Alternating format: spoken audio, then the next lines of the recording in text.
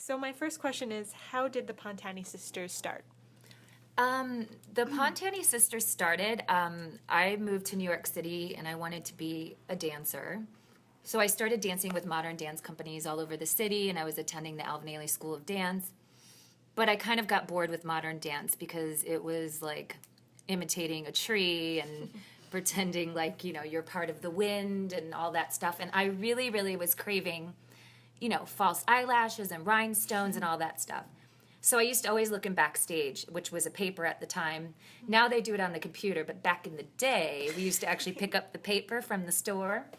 And so I saw that there was an audition for a dancer for 5'2". So I go to the audition. There's like 40 girls there. It's such like weird crew, like all different types of people. So I meet Angie Pontani, and she's the person doing the audition. And she used to dance with this band called the Flying Neutrinos. So anyways, she was looking for another dancer to dance with her and to do this 1940s Cotton Clubs era sort of show. So long story short, I made it out of all the 40 girls. I made it down to 2, and then I got the job.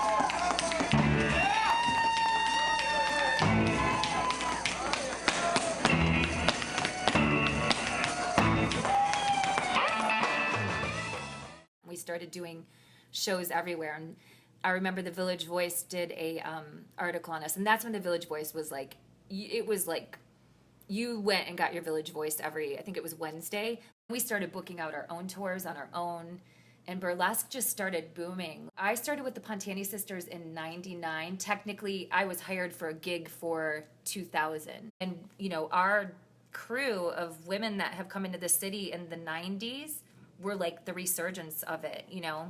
I mean, it never ended. I'm not saying that it's ever ended, but the they like to call the Neo-Burlesque, the new movement of burlesque, started, and we are pegged as one of the people to find it, re-find it. So What would you say the new burlesque is? How is it different? the new burlesque, basically, burlesque has never had any rules. So in the sense, it's the same in that way. It's just, anything at a different time in life, it's going to look different. I would say that a lot of people are more performance arty with it. They actually bring in issues and political issues and stuff like that. I don't think that was being done as much back in the day. It was a lot more classic, just like the striptease or, variety acts, like people doing a can-can dance or something like that. Now women and men actually are involved in it too, which is a whole new element of it. There's a whole male aspect to it, and it attracts the whole, there's like boylesque now even. I've never heard that. Yeah, there is boylesque now. There are men who do basically, the same thing that we're doing, but in a male form. There was like a swing dance revival in the 90s also. Okay. And I was like, oh, burlesque is going to be like that. Like there's this whole like weird swing scene where a Yeah. bunch of people are doing that stuff. Burlesque has not stopped. Like, and it's actually even gaining more momentum. And there's burlesque in every city. There's burlesque festivals in every city. People teach burlesque classes everywhere. Every time I think that it's kind of done, it seems to get this other, push and keeps happening. Or they like the fact that it's very body positive. Like, burlesque is not like, you see a group like, this is crazy, but like the Pussycat Dolls or something like these women, or a lot of the women in pop now, like Katy Perry, all these, beautiful women who are these perfect bodies. Burlesque is not that. Yes, are there gorgeous burlesque dancers with perfect bodies? Absolutely. But there's also burlesque dancers that are really curvy and, are just what people consider to be more of a real representation of what women are, What's the best thing that you've taken from burlesque, as a lesson? Oh, yeah. Well, I've learned to be a better performer because we've performed so much that it's always been ingrained in me because I've been performing since I was a child in dance school and stuff, and I used to compete when I was a kid. But performing in front of live audiences every night and having people, you know, in front of you as an adult. When you're a kid, you don't really think about like, oh, are they looking if I'm fat? Are they looking, can they see my pimple on my face? Can they see, you know, my wig's lopsided? You have to learn to get through that stuff when you're an entertainer on stage. And burlesque is like, I mean, they're right in front of your face. You're not on a big, beautiful stage sometimes. Sometimes we are. But sometimes you're in a nightclub on a small stage where people are literally within arm's reach of you and they can see every inch of everything on you. And you have to learn how to get through that and still be a performer and still entertain them. And one of the things that I used to do, because sometimes, you know, you have your nights when you're feeling insecure or you're not feeling like performing, and you literally have to just convince yourself that, you know what, this is my job, this is what I do, and my job is to win them over. And being able to do that and put that out there, and it works every time if you really believe in it.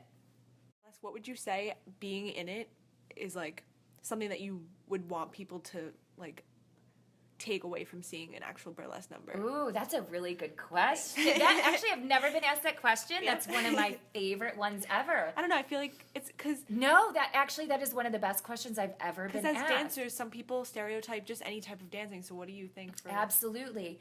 I would want them to know that most of the women who do burlesque have worked really, really hard. Not to say that, you know, the people in the movies and stuff don't either, but I think that it is a self-made sort of situation. We do our own choreography. We make our own costumes. Do we have stuff designed for us sometimes? Absolutely. But it's like a self-made production for yourself sort of thing. And that's what I would want people to know. Yes, is it glittery and glamorous, and do I want everyone to take that home with them?